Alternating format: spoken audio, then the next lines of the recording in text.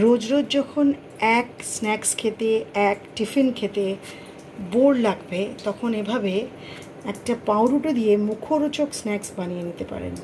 কিভাবে বানাবো সেটা আপনাদের স্টেপ বাই স্টেপ দেখাবো, আপনারা দেখতে থাকবেন। প্রথমে একটা এরকম বড় এরকম একটা চৌকো সাইজের পাউরুটি নেবেন, এরকম নিতে পারেন, এর থেকে বড় নিতে পারেন। তারপর মাঝখানে একটা এরকম গ্লাস বসাবেন। গ্লাস বসিয়ে গ্লাসটা এই তো ধরুন গ্লাসটা, ধরুন এটা গ্লাসটাকে উল্টো করবেন, করে গোল করে কেটে নেবেন, ঠিক যেভাবে আমি কেটে নিয়েছি। এগুলো আমি আর এই যে এরকম করে, আর বাকি যে সাইডগুলো থাকবে যে দেখছেন বাকি সাইডগুলো, বুঝতে পেরেছেন তো কীভাবে, সেগুলোকে সরিয়ে রাখবেন, এগুলো আবার পরে কাজ দেবে। তো এভাবে কেটে নিয়ে তারপরে কি করব সেটা আপনাদের দেখাচ্ছি, আপনারা স্টেপ বাই স্টেপ দেখুন। আপনাদের আরেকবার দেখাই কীরকমভাবে পাউরুটিটা গোল করবেন। এই যে এই গ্লাসটাকে এরকম পাউরুটির মধ্যে এরকমভাবে এরকম চাপবেন। যেই চাপবেন এরকমভাবে ঘুরিয়ে নেবেন, তাহলেই দেখবেন গোল মতো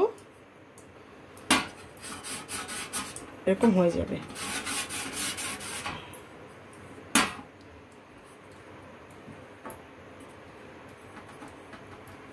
এরকম হয়ে যাবে, ঠিক আছে।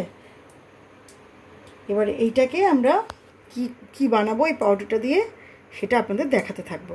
পাউরুটিটাকে এরকম গোল গোল করে কেটে সরিয়ে রাখার পর আমি এখানে দুটো বড় আলু সেদ্ধ করে নিয়েছি। তাতে আমি নুন দিয়েছি, আমি ধনেপাতা দিয়েছি, আমি কাঁচা লঙ্কা কুচিয়ে দিয়েছি, আর দিচ্ছি এতটা মতো চিলি ফ্লেক্স, এতটা মতো অরিগ্যানো। যে কোনো বড় মুদির দোকান গ্রসারিতেই আপনারা চিলি ফ্লেক্স অরিগ্যানো পাবেন। চিলি ফ্লেক্স না পেলে শুকনো লঙ্কা একটুখানি শুকনো তাওয়ায় ভেজে কুচিয়ে নিলেও হবে। অরিগ্যানো দিলাম, অরিগ্যানো আপনারা যে কোনো দোকানে পাবেন। আর দিতে হবে একটু গোলমরিচের গুঁড়ো, ঠিক আছে, আর নুনটা দিয়েছি। এর সাথে আমি বেশ কিছুটা চিজ একটুখানি গুঁড়ো করে দেব। আচ্ছা, আমি একটা ভুল বলেছি, চিজটা আমি এখন এখানে দেব না, চিজটা আমার পরে লাগবে। এটাকে আমি শুধু এই আলুটাকে আমি কাঁচা লঙ্কা কুচি, ধনেপাতা, চিলি ফ্লেক্স, গোলমরিচ, নুন আর অরিগ্যানো দিয়ে সুন্দর করে মেখে নেব। এই যে আলুটা এভাবে চটকে চটকে মেখে নিতে হবে। আচ্ছা, পাউরুটিগুলো গোল গোল করে কাটা আপনাদের দেখিয়ে দিয়েছিলাম, আলু সেদ্ধটাও কী দিয়ে মাখবেন সেটাও দেখিয়ে নিয়েছিলাম। এবারে আমার কি লাগবে দেখুন। আমার চিজ লাগবে। চিজটা এরমভাবেও নিতে পারেন বা চিজের স্লাইসও নিতে পারেন। আচ্ছা, এই যে আমার একটু ব্রেড ক্রাম্ব লাগবে বা বিস্কুটের গুঁড়ো, একটু ময়দা গোলা জল লাগবে, আর টমেটো সস লাগবে। এবারে দেখাই আমি কি করে করব, পরপর দেখতে থাকুন।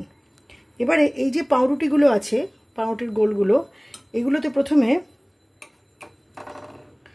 এরম করে টমেটো সস লাগিয়ে নিতে হবে খুব ভালো করে। টমেটো সস দিতে পারেন, কিংবা দিতে পারেন পাস্তা সস, যেটাই আছে, ঠিক আছে, সেটা দিতে পারেন। এরমভাবে দেওয়ার পরে এখানটা দিতে হবে, খুব ভালো করে মিশিয়ে নিতে হবে। আমি লাগিয়ে নিয়ে আবার আপনাদেরকে দেখাচ্ছি,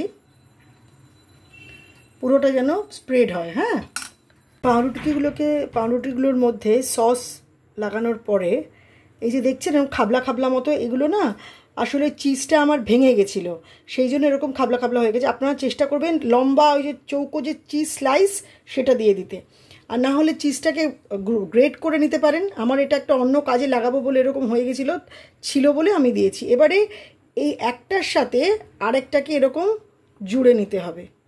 হ্যাঁ, এরকম দুখানা করে জুড়ে নিতে হবে। তারপরে কি করব দেখুন।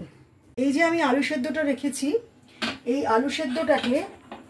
আলু সেদ্ধটাকে নেবেন, নিয়ে আমি দেখাই কিরম হয়েছে, দেখতে পেরেছেন তো। এই যে পাউরুটি দুটোকে আমি লাগিয়েছিলাম, এই যে পাউরুটি দুটোকে আমি টমেটো সস দিয়ে তারপরে চিজ দিয়েছি তো। এবারে এটাকে একটার উপর এরকম দেবেন, দেওয়ার পর এই আলু সেদ্ধটাকে ওপর দিয়ে দিতে হবে, পুরোটা ঢাকতে হবে, মানে পাউরুটিটা যেন দেখা না যায়। পুরো এই আলুর পুরটা ঠিক এরকম হবে, ঠিক এরকম, এই যে এরকম হবে, দুটো সাইডই এরম হবে। এরমভাবে পুরোটা কভার করতে হবে, একটা দিক যেন রুটিটা যেন দেখা না যায়। পুরোটা এরমভাবে বেশি করে আলুর পুর দিয়ে এরমভাবে ঢেকে নিতে হবে দুটো সাইডেই। প্রথমে একটা দিক দেবেন,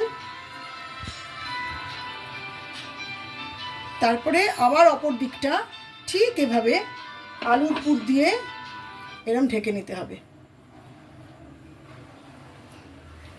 আমি অনেকগুলো করেছি, আপনাদের দেখানো হয়নি বলে আমি একটা হাতে করে আপনাদের দেখাচ্ছি।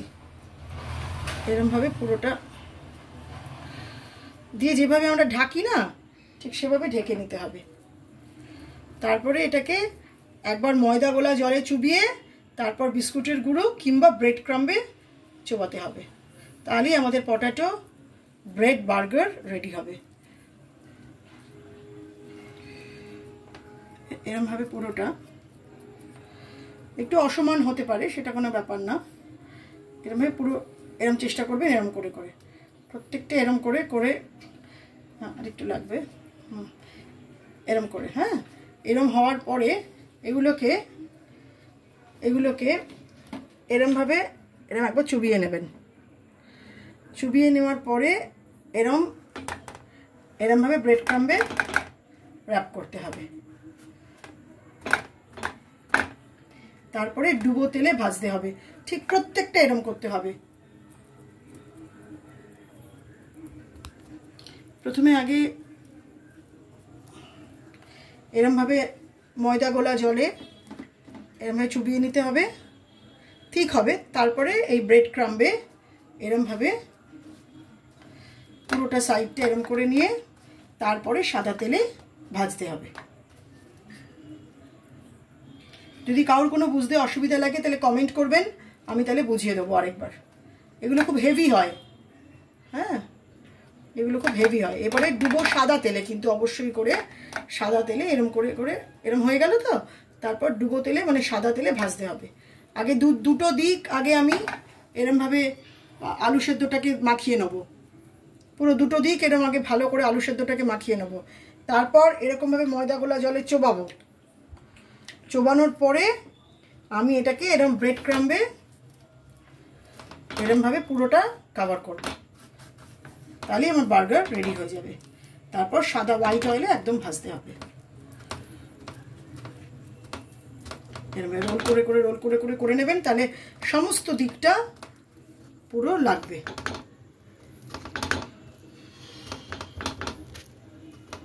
এবার গরম তেলে আমি এক এক করে এগুলোকে ভেজে নেব, ডিপ ফ্রাই। হ্যাঁ,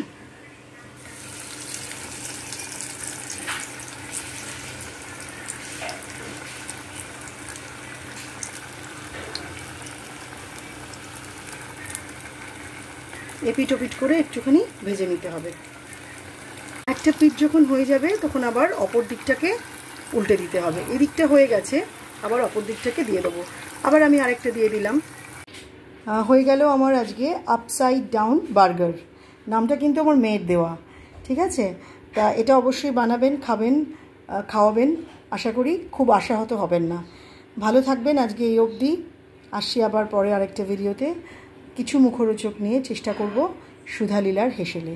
ততক্ষণ অবধি সবাই ভালো থাকুন, সুস্থ থাকুন, খাওয়া দাওয়ার মধ্যে থাকুন, আনন্দে থাকুন। আর প্রতিবাদের যে ঝড় উঠেছে সেই স্লোগান যেন আমাদের গলা থেকে কখনো না বন্ধ হয়। জাস্টিস ফর আরজি কর, জাস্টিস ফর অভয়া। ভালো থাকবেন সবাই। আসছি খুব শিগগিরই আরও আরেকটা ভিডিও নিয়ে।